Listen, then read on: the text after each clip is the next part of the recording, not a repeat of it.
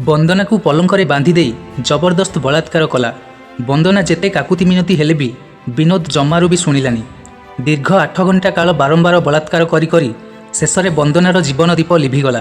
Friends, यही घटनाटी हेउछि उत्तर प्रदेशर गोटे छोटिया गाँव में रोहुथिबा दुई जन सांगंकर।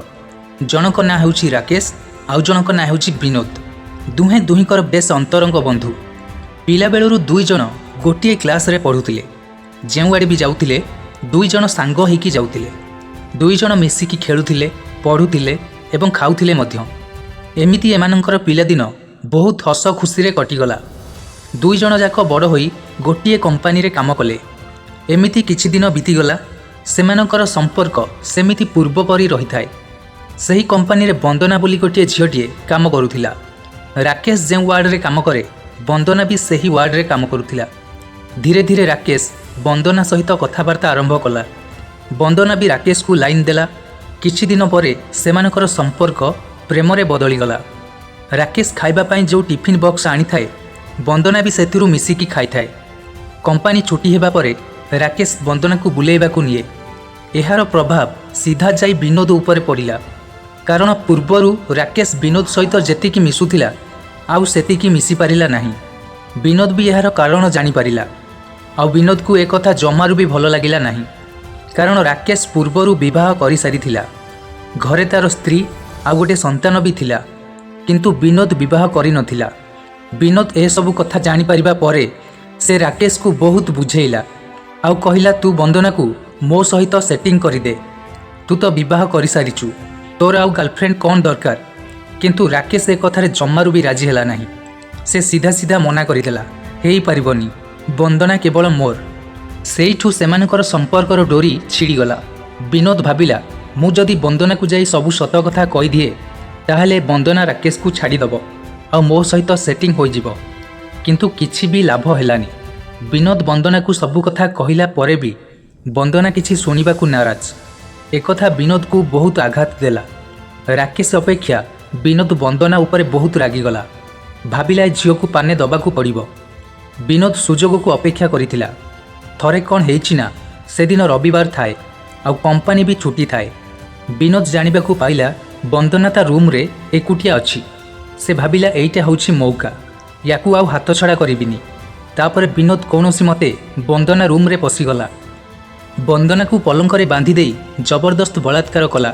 बंदना जेते काकुति मिनती हेले भी विनोद जमारू भी शुणिलानी। दीर्घ 8 घंटा काल बारंबार बलात्कार करी करी शेष में बंदनार जीवन दीप लिभिगला। विनोद देखिला बंदना आउ जीवन रे नाही। ताकू चारिदिग अंधार देखागला। से कौन करिबो बोली भाबुथाए। हठात ता मुंडरे गोटे आइडिया जुटिला। से राकेश को फोन करी कहिला, बंदना देह असुस्थ अछि, तू जल्दी तो रूम को आस। राकेश आउ डेरी नकरी तुरंत आसी बंदना रूम रे पहुँची गला। आउ सेठी बंदनार मृतदेह देखी राकेशर मुंड आउ काम कलानी। सेतबेलकू विनोद पुलिस को फोन करी देइतिला कि बंदनार मर्डर हो जाइछि। किछि समय पर पुलिस आसी सेठारे पहुँची गला आउ राकेश को गिरफ्त करिनेला। तापरे बंदनार मृतदेह को पोस्टमार्टम पई पठाई देला। पोस्टमार्टम रिपोर्टरू क्लियर होईगला जे बंदना को बारंबार बलात्कार करा जाई मर्डर करा जाइछि। यह एक जंत्रणादायक हत्या होइतिबारु पब्लिक डिमांड कले एपरी नृशंस मनीष को फांसी दिया जाओ। लोक माने जागा जगारे रास्ता अवरोध करदेले। शेष में ताहा ही हेला। कोर्ट रे जज साहेब राकेश को फांसी दंडरे दंडित कले। ये होछि आम देशर आईन कानून। आज गोटे निर्दोष मनीष को फांसी दंड दिया हेबाकू जाउछि। एमिति जेल रे किछि दिन बीतीगला। फांसी पाइबाकू आ मात्र गोटे दिन बाकी थाए। जेलर साहेब जाइकी राकेश पाखरे पहुँची गले आ कहिले, राकेश, प्रत्येक दोषी फांसी पाइबा पूर्वरु तांकू तांकर शेष इच्छा कौन पचरा जाइथाए। एहा हेउछि संविधानर नियम। तेणु तुमर शेष इच्छा कौन आमको कुह, आमे ताहाकू पूरण करिबु। एहा सुनी राकेश किछि समय चुप रहिला। तापर कहिला, साहेब, मोर अंतिम इच्छा एतिकी, मु चाहूँची मो जीवनर शेष रातिटा मो स्त्री सहित काटिबी। मु मो स्त्री सहित गोटे बेड्रे शोइबी। राकेश मुहरु एमिति कथा शुणी जेलर साहेब आश्चर्य हो जाइथिले आउ भाबिथिले 22 वर्ष चाकरी भितरे एमिति घटना से प्रथम थर पाई देखुचंती। जड़े दोषी जे कि आउ 24 घंटा परे मृत्युवरण करिबो, ता मनरे पुणी एमिति इच्छा अछि। से जहाँ भी हेउ शेष इच्छा तो पूरण करने को पड़ो। ଜେଲର ସାହେବ କହିଲେ ଠିକ୍ ଅଛି, ତୁମର ଶେଷ ଇଚ୍ଛା ନିଶ୍ଚୟ ପୂରଣ ହେବ। ଏହି ଖବରକୁ ରାକେଶର ସ୍ତ୍ରୀ ପାଖକୁ ପଠାଇ ଦିଆଗଲା କି ତୁମର ସ୍ୱାମୀ କହୁଛନ୍ତି ଫାଶୀ ପାଇବାର ପୂର୍ବ ରାତି ତୁମ ସହିତ କାଟିବେ। ତୁମେ ତାଙ୍କର ଶେଷ ଇଚ୍ଛା ପୂରଣ କରିବ।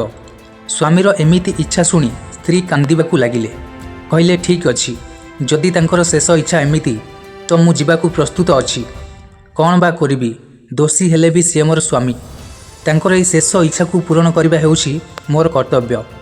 ତାପରେ ସନ୍ଧ୍ୟାବେଳକୁ ରାକେଶର ସ୍ତ୍ରୀ ବାହାରି ପଡ଼ିଲେ ରାକେଶ ପାଖକୁ। ସେଦିନ ଜେଲର ସାହେବ ରାକେଶର ଶେଷ ଇଚ୍ଛା ପୂରଣ କରିବା ପାଇଁ ସବୁ ବ୍ୟବସ୍ଥା କରିଦେଇଥିଲେ। ଜେଲର ଗୋଟିଏ ୱାର୍ଡ଼ରେ ସ୍ୱାମୀ ସ୍ତ୍ରୀ ଶୋଇବା ପାଇଁ ଗୋଟିଏ ବଡ଼ ବେଡ଼୍ ପକାଇ ଦେଇଥିଲେ। ଆଉ ସେହି ୱାର୍ଡ଼ରେ ଗୋଟିଏ ଭଏସ୍ ରେକର୍ଡ଼ର ଖଞ୍ଜିଥିଲେ, କାରଣ ସ୍ୱାମୀ ସ୍ତ୍ରୀ କ'ଣ ସବୁ କଥା ହେଉଛନ୍ତି ସେସବୁକୁ ଶୁଣିବା ପାଇଁ। ସେତେବେଳକୁ ସମୟ ଥିଲା ରାତି 10ଟା। ରାକେଶର ସ୍ତ୍ରୀକୁ ରାକେଶ ପାଖକୁ ଛାଡ଼ି ଦିଆଗଲା। ରାକେଶକୁ ଦେଖି ତା ସ୍ତ୍ରୀ କାନ୍ଦିବାକୁ ଲାଗିଲା ଆଉ କହିଲା, ତୁମେ ଏମିତି କାହିଁକି କଲ? ମୋ ଭଲ ପାଇବାରେ କ'ଣ କମି ରହିଯାଇଥିଲା? ଯଦିଓ ତମେ ସେ ଝିଅକୁ ଭଲ ପାଉଥିଲ, ତାହେଲେ ତାକୁ ଏମିତି ନୃଶଂସ ଭାବରେ ମାରିଲ କ'ଣ ପାଇଁ? ରାକେଶ କାନ୍ଦି କାନ୍ଦି କହିଲା, ତମେ ମୋତେ ଯାହା ଭାବୁଛ ଆଉ ଯେଉଁଥିପାଇଁ ମୁଁ ଫାଶୀ ଦଣ୍ଡ ପାଇବି ସେ କାମ ମୁଁ କରିନି। ଆମ ଦେଶର ଆଇନ କାନୁନ ଏମିତି, ପ୍ରମାଣ ଅଛି ତ ଦୋଷୀ, ପ୍ରମାଣ ନାହିଁ ତ ନିର୍ଦ୍ଦୋଷ। ଏହି ଘଟଣାରେ ଯେତିକି ପ୍ରମାଣ ମିଳିଛି, ସେତିକି ସାକ୍ଷୀ ମିଳିଛି, ସବୁ ମୋ ଏଗ୍ନେଷ୍ଟରେ ମିଳିଛି।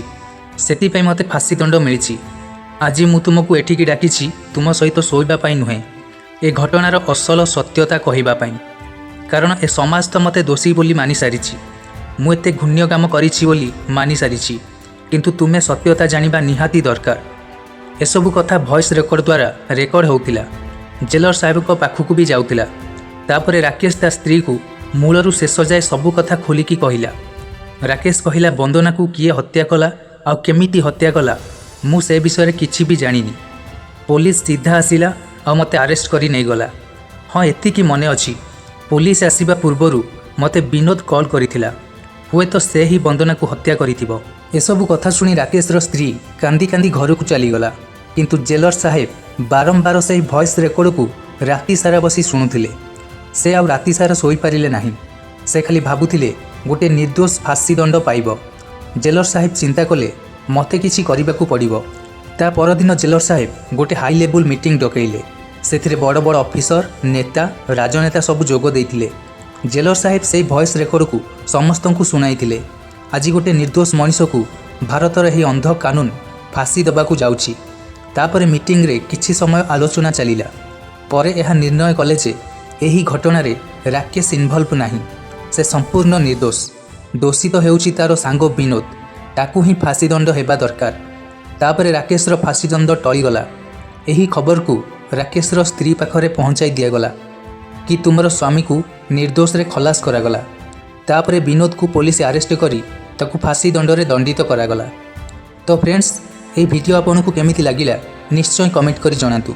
ଏହିପରି ଭିଡ଼ିଓ ଡେଲି ଦେଖିବା ପାଇଁ ଚ୍ୟାନେଲକୁ ଜଲ୍ଦି ସବସ୍କ୍ରାଇବ୍ କରିଦିଅନ୍ତୁ। Please please please.